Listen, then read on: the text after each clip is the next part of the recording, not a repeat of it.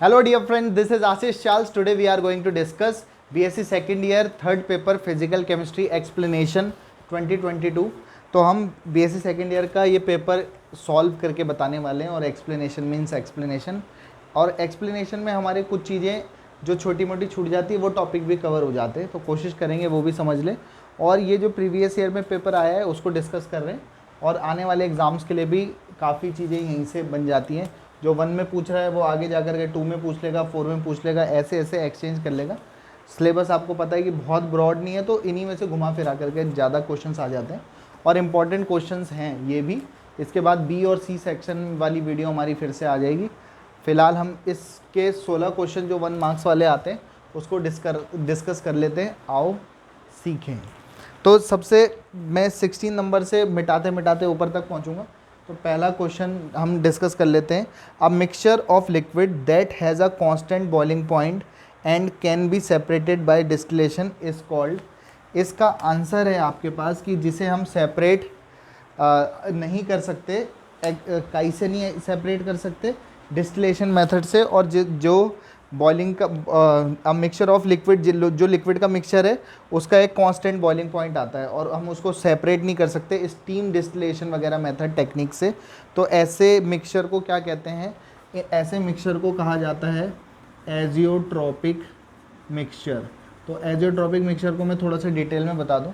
जैसे हमारे पास माना दो लिक्विड है, जैसे ए और बी, तो ये प्योर लिक्विड है ए और बी। ये ए, चलो वाटर पकड़ लेते हैं थोड़ी देर के लिए, और इसको अल्कोहल पकड़ लेते हैं। वाटर का बॉइलिंग पॉइंट 100 डिग्री सेंटीग्रेड, इधर हम बॉइलिंग पॉइंट देख रहे हैं और इधर इनकी कंसंट्रेशन अमाउंट देख रहे हैं।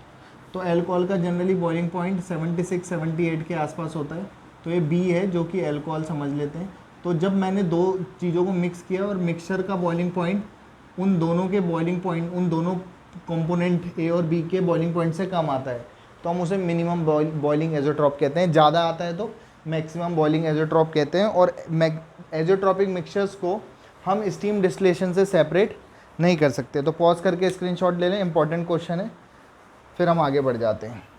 हम मिटा देते हैं, फिर हम एक एक करके ऊपर वाले क्वेश्चन में आगे बढ़ते रहेंगे। आओ सीखें। Cell reaction is spontaneous. Cell reaction spontaneous होगी जब ई नॉट पॉजिटिव होगा, ई नॉट नेगेटिव होगा, ई नॉट जीरो होगा या नन। तो स्पॉन्टेनिटी की कंडीशन है del G equal to minus N F E, एक फॉर्मूला होता है। Del G not is equal to minus N F E not होता है। तो जब डेल जी या डेल जी नॉट की वैल्यू नेगेटिव में आती हैं तब चीज़ें स्पॉन्टेनियस होती हैं, तब वो सेल स्पॉन्टेनियस सेल कहा जाता है। और क्योंकि आगे से माइनस साइन है तो ये नेगेटिव में तभी आएगा जब ई या ई नॉट पॉजिटिव में आएंगे। ये एन की value number of electron 96,500 Faraday force होता है। ई की वैल्यू जब पॉजिटिव में आएगी तभी ये नेगेटिव बनेगा, और जब ये नेगेटिव बनेगा तो स्पॉन्टेनियस बनेगा। तो बेसिकली आपका ऑप्शन वाला कौन सा आंसर हो गया? ई नॉट इक्वल टू पॉजिटिव वाला। ई के टर्म्स में होता तो ई वाला आंसर हो जाता। स्पॉन्टेनियस होगा जब ई नॉट पॉजिटिव है। अगर डेल जी के रिस्पेक्ट में आता है तो del G must be negative. तो स्क्रीनशॉट लेते रहें साथ में पॉज करते करते, और हम आगे बढ़ जाते हैं। ये एक न्यूमेरिकल टाइप का क्वेश्चन है, हाइड्रोजन इलेक्ट्रोड से है। हाइड्रोजन इलेक्ट्रोड किसे कहते हैं? उसका पीएच वैल्यू दे रखा है और सेल पोटेंशियल पूछ रहा है। पोटेंशियल ऑफ सेल एक्चुअली आपका ईएमएफ ही होता है। तो ईएमएफ ऑफ अ सेल निकालना है। उसने 4 वैल्यू भी दे रखी है सॉल्व करने के बाद। तो 14 नंबर के क्वेश्चन में 4 वैल्यू भी है। आंसर हम निकाल देंगे तो जो आना होगा ऑप्शन में से वो आ जाएगा। वैसे 4 ऑप्शन 0.177, 0.087, -0.177 था, जो भी था।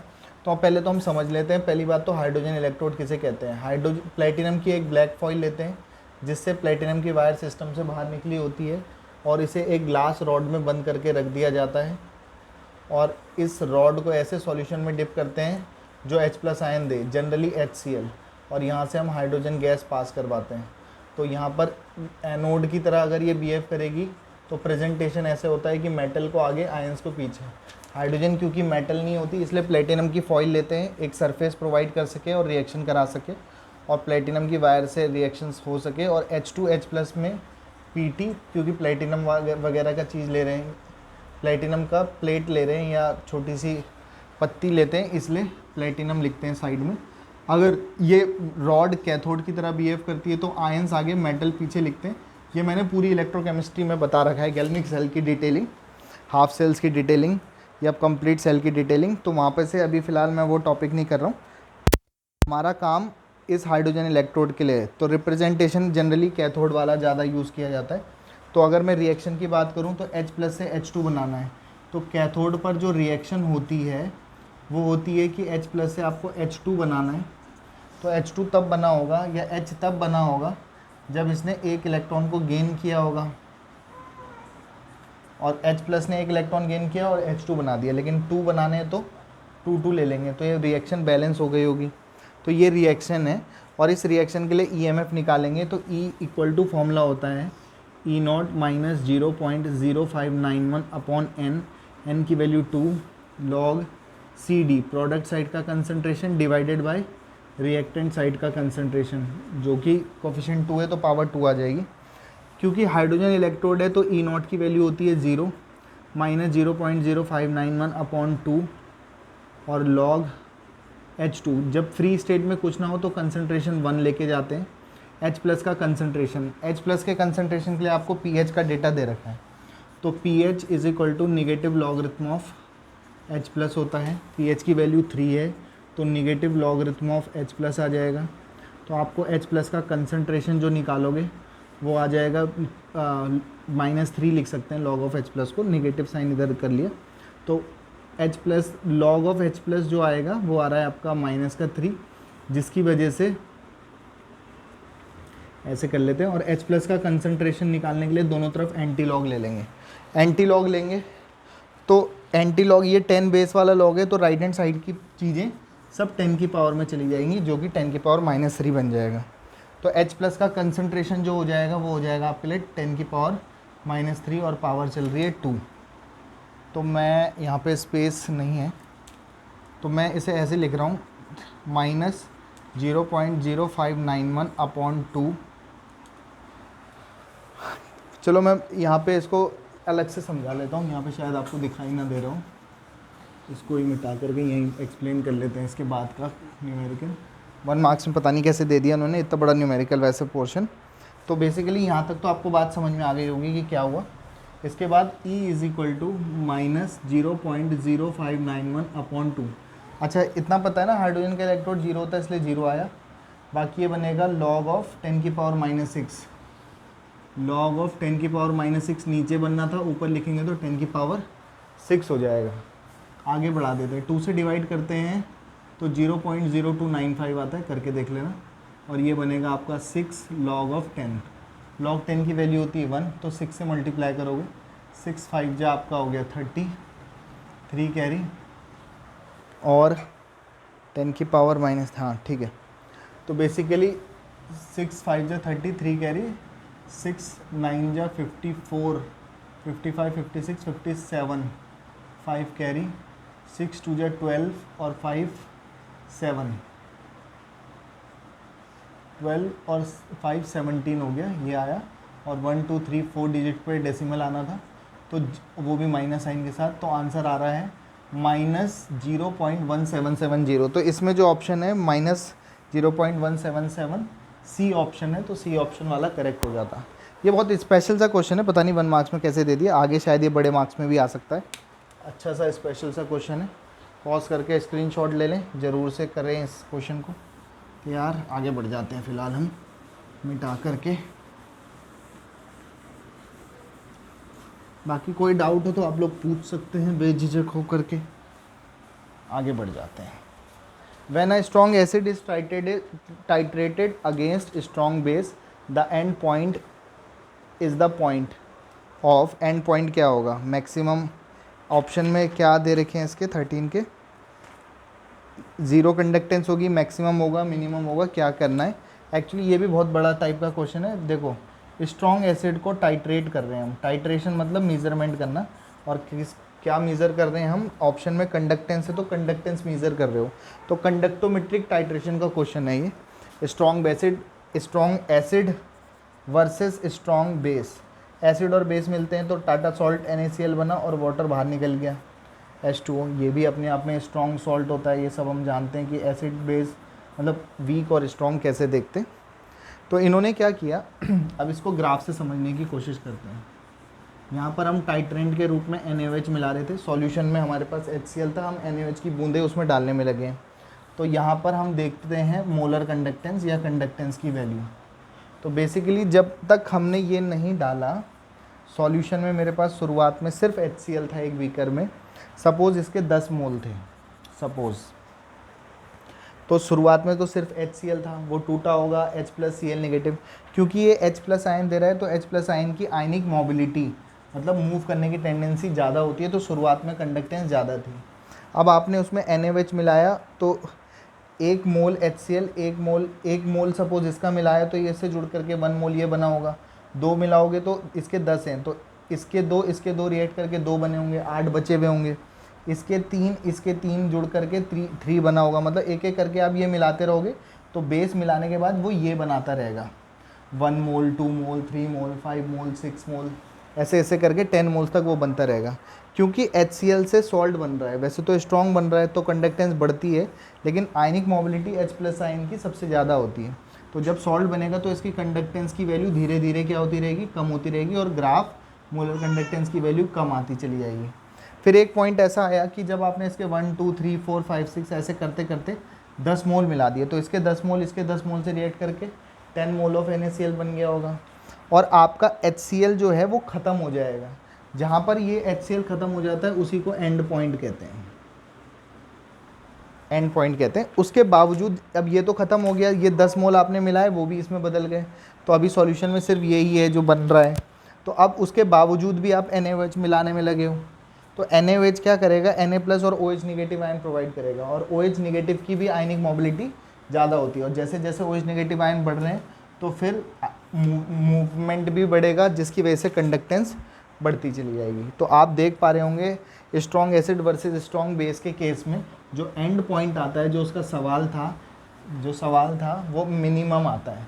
तो आंसर जो था इसका मैक्सिमम वाला नहीं था, मिनिमम वाला आंसर होना चाहिए था अकॉर्डिंग टू मी। तो होप आपको ये बात समझ में आ रही होगी। पॉज करके स्क्रीनशॉट ले लें, फिर आगे बढ़ जाते हैं, फिर हम आगे देखेंगे नेक्स्ट क्वेश्चन को।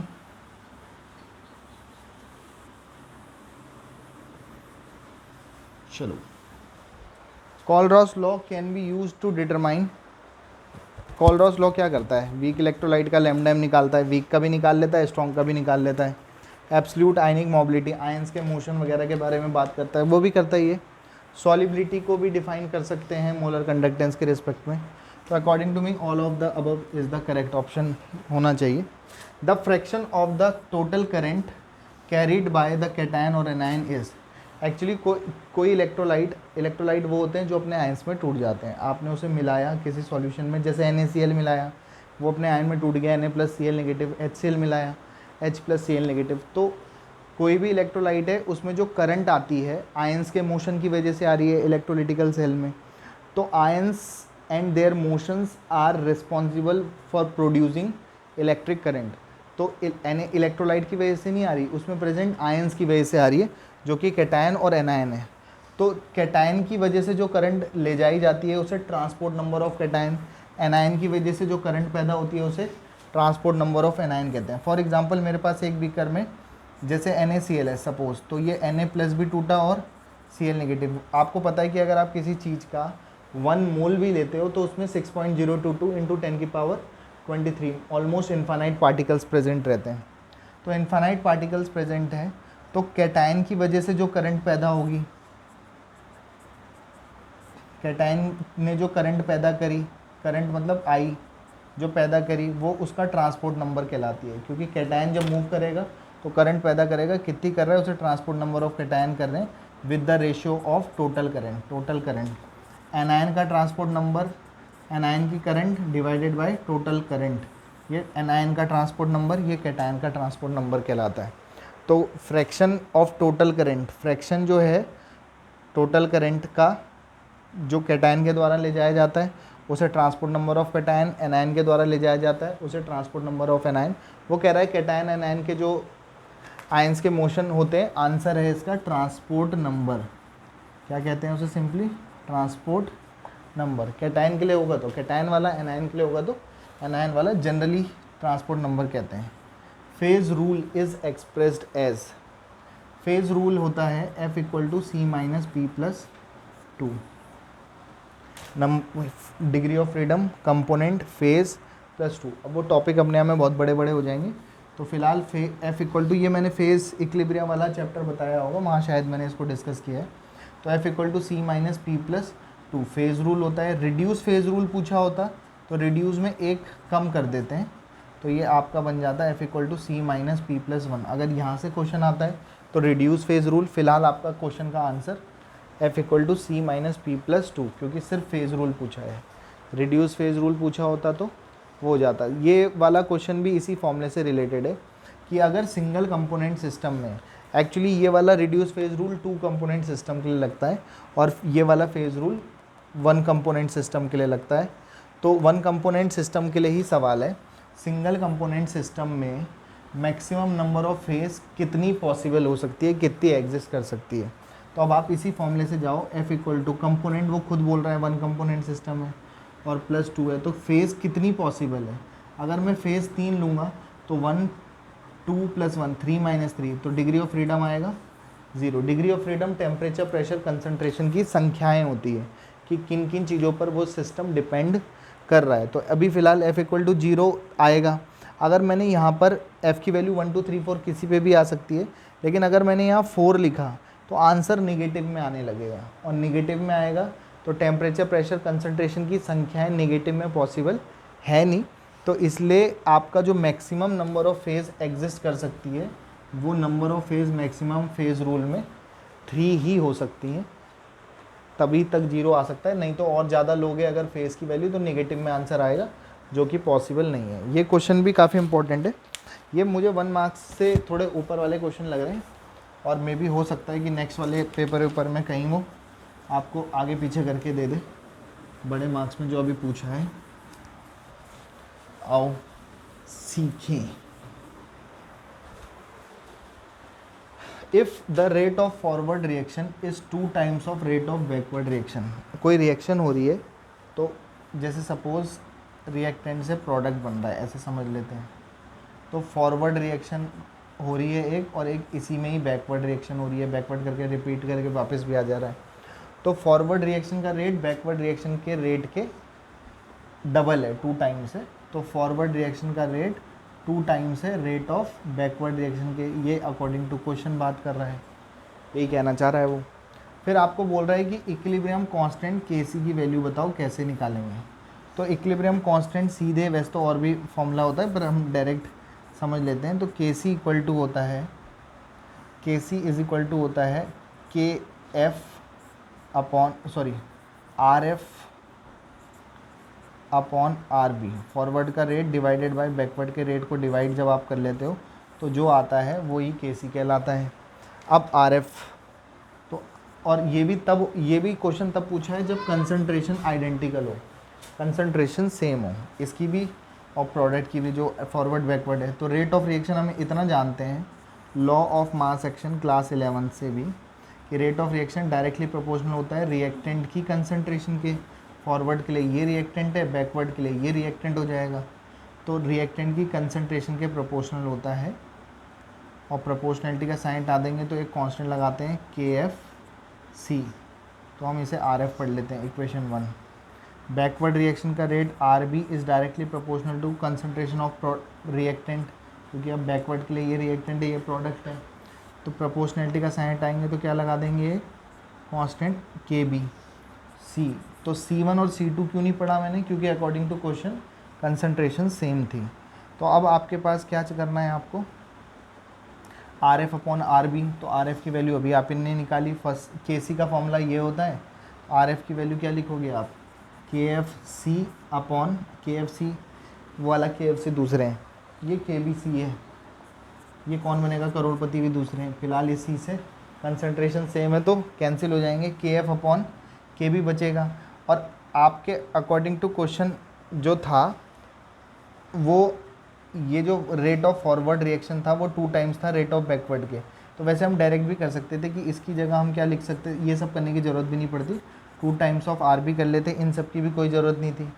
तो बेसिकली Rb से Rb कैंसिल हो जाता, के सी इक्वल टू 2 आ जाता। तो ऑप्शन में 3-4 ऑप्शंस थे, 1, 1.5, 2.5, 2, तो आंसर इज़ 2। अगर मैं इससे नहीं भी समझाता तो भी ये क्वेश्चन डायरेक्टली इसी से हो जाता है। आपको डायरेक्ट फॉर्मूला लिखना है, के सी इक्वल टू कितना होता है, के सी इक्विलिब्रियम कांस्टेंट के सी बराबर होता है R F upon R B. तो आर एफ और आर बी तो आर बी है बैकवर्ड का रेट, आर एफ का वैल्यू अकॉर्डिंग टू क्वेश्चन ये था, तो ये कर लेंगे। खैर नेक्स्ट क्वेश्चन में आगे बढ़ जाते हैं, पॉज करके स्क्रीनशॉट ले लें। Next, according to law of mass action the rate of reaction. अच्छा, रेट ऑफ रिएक्शन के 4 ऑप्शन सब में दे रखे, मल्टीपल चॉइस क्वेश्चन थे, मैंने ही ऑप्शन नहीं दे रखे क्योंकि मैंने कहा ऐसे ही हो जाएंगे। लॉ ऑफ मास एक्शन होता है, rate of reaction is directly proportional to the product मतलब multiply of the molar concentration of reactant raise to stoichiometric coefficient power. तो पावर यहाँ पे क्या है 2, यहाँ पे 1 है तो पावर आ जाएगी 1। तो R इज इक्वल टू एक कांस्टेंट लगा देंगे के ए बी। तो ये जो ऑप्शन में था 4 ऑप्शन में से वो ऑप्शन R इक्वल टू के ए स्क्वायर ए की पावर 2 और बी की पावर 1। तो ये 8 नंबर का क्वेश्चन था, 7 नंबर का question. A option correct option है जो क्वेश्चन था। फिर बोल रहे हैं नेक्स्ट क्वेश्चन में के बी क्या है, के पी और के सी में रिलेशनशिप बताओ। तो के पी और के सी में क्या रिलेशन होता है, आओ सीखें। फिलहाल तो एक डायरेक्ट फॉर्मूला लगा रहे हैं, 1 मार्क्स का क्वेश्चन है। के पी इक्वल टू के सी इंटू आर टी की पावर डेल एन जी होता है। डेल एन जी, ये गैस है, ये भी गैस है और ये भी गैस है। तो डेल एन जी का मतलब होता है number of moles of product जो कि 2 हैं, number of moles of reactant, reactant के नंबर ऑफ मोल्स कितने 3। तो डेल एन की वैल्यू कितनी आने वाली है -1। तो के पी और के सी में ये संबंध है कि के पी इक्वल टू के सी इंटू आर टी की पावर -1 आएगा क्योंकि ये इतना है। चाहो तो ऑप्शन में ये भी हो सकता है अपॉन आर टी। तो जो भी ये वाला ऑप्शन होगा वो आंसर सही हो जाएगा। आर टी की पावर माइनस डेल एन, अच्छा पहला ही ऑप्शन था, आर टी की पावर -1 ना दे करके -1 को नीचे लेके आ गए तो ये बन जाएगा। होप समझ में आ रहा होगा। Next question, which of the following is not a state function. State function नहीं है, इसका मतलब पाथ फंक्शन है। तो याद रखने के लिए याद रखना कि पाथ फंक्शंस जो होते हैं वो मेनली 3 होते हैं, वर्क, हीट और heat capacity. Heat capacity, work, heat और हीट कैपेसिटी आपके पाथ फंक्शन होते हैं। तो ये एक पाथ फंक्शन है वर्क, तो बाकी सारे जो हैं वो स्टेट फंक्शन होते हैं। उसने कहा कौन सा स्टेट फंक्शन नहीं है, मतलब पाथ फंक्शन है तो स्टेट, ये बाकी ये भी स्टेट पे डिपेंड करते हैं, इनिशियल और फाइनल स्टेट पे, जबकि ये पाथ पर भी डिपेंड करता है कि कौन से रास्तों से गए हो। Which of the following is incorrect. 4 number का क्वेश्चन, कौन सा ऑप्शन गलत है, कौन सी इक्वेशन गलत है। ये इक्वेशन बिल्कुल सही फॉर्मूला है, ये इक्वेशन एंट्रोपी का बिल्कुल सही फॉर्मूला है। Del G not equal to del G not equal to minus R T L N K होता है। तो माइनस साइन से इधर करके इस फॉर्मेट में लिखा है, ये भी सही है, ये भी सही है, ये भी सही है, तो फिर यही गलत है फिर तो। और लेकिन आंसर यही सही है क्योंकि उसने कहा कौन सा वाला इनकरेक्ट है, तो that is incorrect equation. Standard heat of formation of element, किसी भी एलिमेंट की स्टैंडर्ड हीट ऑफ फॉर्मेशन 0 होती है। ये तो डायरेक्ट क्वेश्चन है। एंडोथर्मिक में क्या होता है, एंडोथर्मिक में हीट रिलीज होती है, बाहर हो जाती है, एग्जिट हो जाती है। तो मैं आपको ऑप्शन बता दूं, इस वाले क्वेश्चन के ऑप्शन क्या दिए हुए थे। Heat is evolved, heat release हो जाती है, बाहर निकल जाती है, तो heat is evolved B option था उसमें। तो mathematical law, first law of thermodynamic, first law of thermodynamic, ऊष्मा को ना तो पैदा किया जा सकता है ना ख़त्म किया जा सकता है, एक रूप से दूसरे रूप में बदला जा सकता है।